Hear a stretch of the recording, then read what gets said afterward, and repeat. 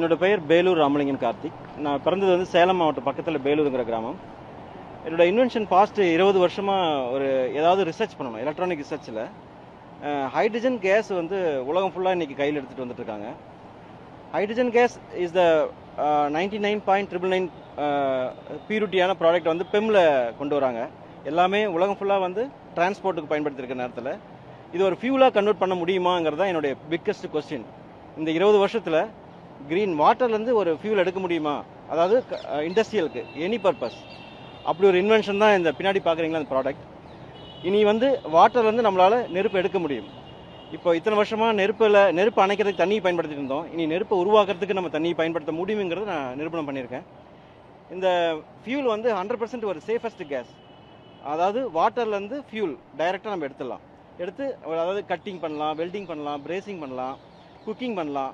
Any industries, எந்தெந்த இண்டஸ்ட்ரீஸ்க்கு ஃபாசில் கேஸஸ்லாம் பயன்படுதோ அதுக்கு ஒரு மாற்று எரிவாயு தான் இது ஜீரோ எமிஷன், கார்பன் கிடையாது. வேர்ல்டுலேயே முதல் முறையாக நீர்லேருந்து பர்னர் நம்ம பண்ணியிருக்கோம். வாட்டரில் எரியக்கூடிய பர்னர். இது 100% வாட்டரில் எரியும். இது வந்து ஒரு சேஃபஸ்ட் கேஸ். இது ஒரு பிக்கஸ்ட் ரெவல்யூஷன்.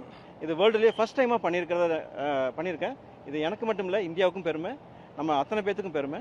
இதை பற்றி ஒரு டீட்டெயில்ஸ் மிஸ்டர் முத்துக்குமார் சார் பேசுவார். He is one of the director and mister Senthil Kumar is one of the director.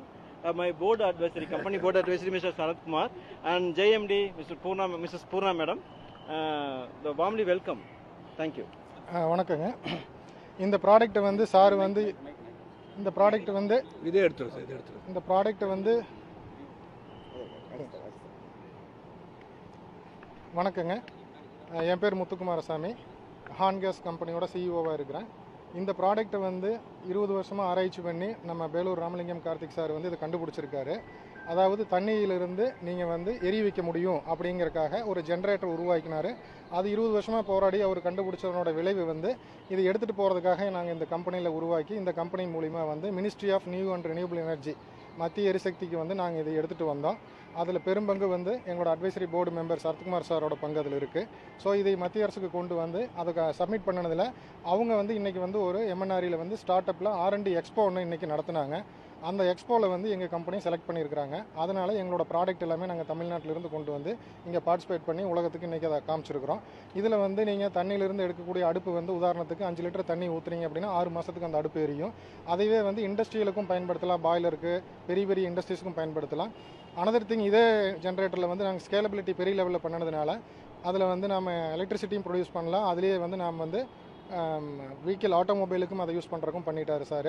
இதில் முக்கியமான விஷயம் என்னென்னு கேட்டிங்கன்னா, உலகம் வந்து போயிட்டு இருக்கிற ஹைட்ரஜன் வந்து பார்த்திங்கன்னா கரண்ட்லி 350 ரூபாயிலேருந்து 400 ரூபா ஒரு கிலோ ஹைட்ரஜன் தயாரிக்கிறதுக்கு செலவாகுது.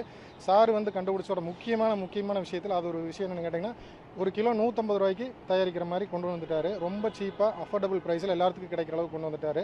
அப்படின்னா ஒரு வீட்டுக்கு நீங்கள் யூஸ் பண்ணக்கூடிய சிலிண்டர் யூஸ் பண்ணினீங்க அப்படின்னா மாதத்துக்கு 1000 ரூபா செலவாகுது, 2000 ரூபா செலவாகுது. அப்படின்னா நம்மளோட மிஷின்ஸை யூஸ் பண்ணுறப்ப என்னன்னா ஒரு மாதத்துக்கு 100 ரூபா தான் உங்களுக்கு செலவாகும். அடுப்பு எரியறதுக்கு ரெண்டு பர்னர் அடுப்பு எரியறதுக்கு 100 ரூபா தான் உங்களுக்கு செலவாகும்.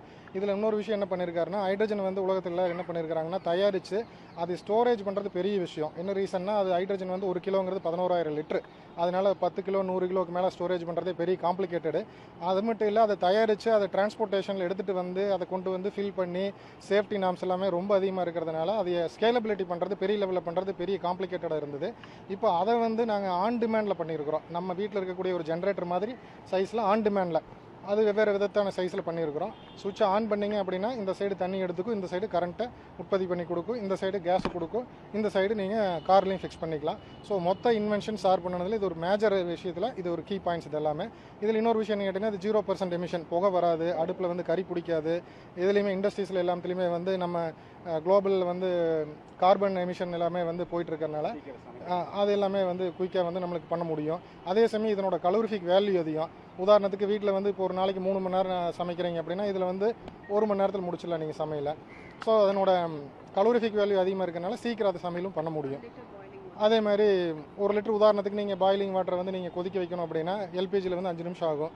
இதே நம்ம கேஸில் ஹான் கேஸில் கொதிக்க வச்சிங்க அப்படின்னா 1 நிமிஷம் 30 செகண்டில் இதை கொதிக்க வைக்க முடியும். ஸோ அதனோட கலோரிஃபிக் வேல்யூ அதிகமாக இருக்கிறதுனால இதை நாங்கள் இவ்வளோ சேஃபாக தயாரிச்சிருக்கிறோம். இன்னொரு விஷயம், இது வந்து வெளியில் லீக் ஆனாலோ பப்ளிக்கில் எங்கேயாவது பைப்பு கேஸ் உடஞ்சிருச்சு நம்ம கேஸ் எடுத்துகிட்டு போகிற பைப் வெளியில் வரது லீக் ஆகிடுச்சுனாலோ கவலைப்பட வேண்டியதில்லை. இது அவ்வளோ சேஃபான ஒரு கேஸு. அது எதுவும் ஆகாது, தீ பிடிக்காது. ரொம்ப பாதுகாப்பான கேஸாக அது சார் இன்வென்ட் பண்ணியிருக்காரு.